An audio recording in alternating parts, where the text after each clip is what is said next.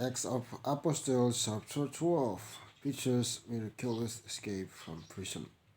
It was about this time that King Herod arrested some who belonged to the church, intending to persecute them.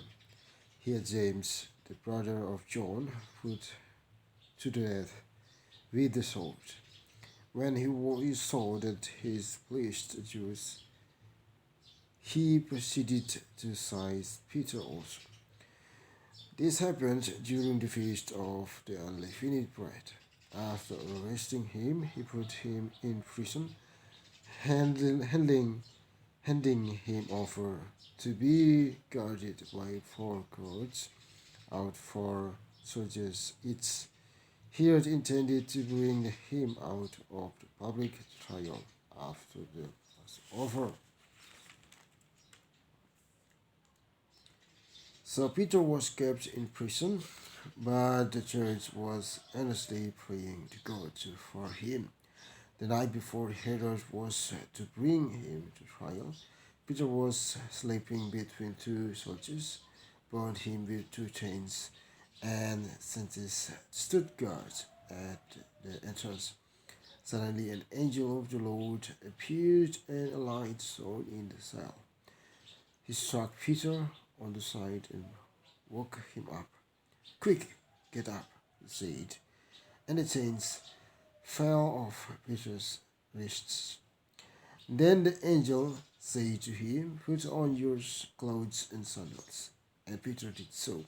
Wrap your cloak around you and follow me, the angel told him.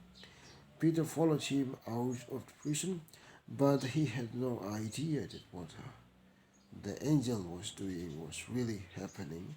He thought he was seeing a vision. They passed the first and the second guards and came to the iron gate leading to the city. It opened for them by itself, and they went through it. When they had walked the length of one street, suddenly the angel left him. Then Peter came to himself and said, now I know without a doubt that the Lord sent his angel and rescued me from Herod's clutches, clutches and from everything the Jewish people were anticipating. When this had dawned on him, he went to the house of Mary, the mother of John, also called Mark, where many people had gathered and were praying. Peter knocked at the outer entrance, and a servant girl named Rhoda came to answer the door. When she recognized Peter's voice, she was so overjoyed she ran back without opening it and exclaimed, Peter is at the door.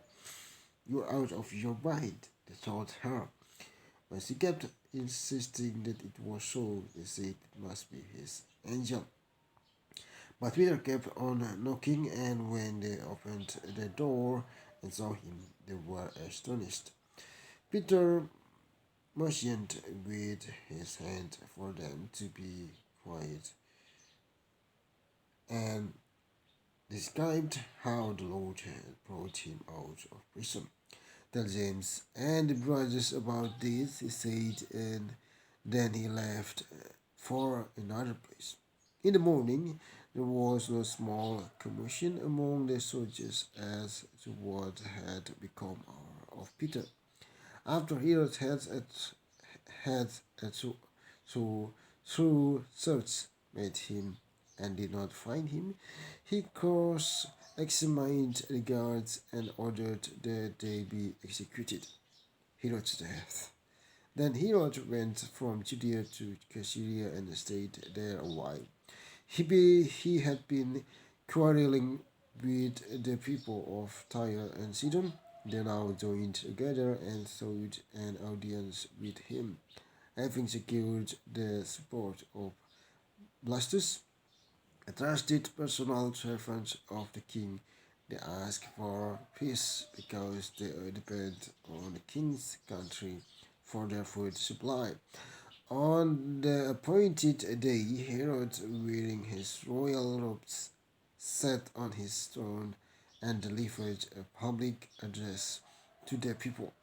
They shouted, This is the voice of a God, not of a man. Immediately, because Herod did not give praise to God, an angel of the Lord struck him down, and he was eaten by worms and died. But the word of God continued to increase and spread.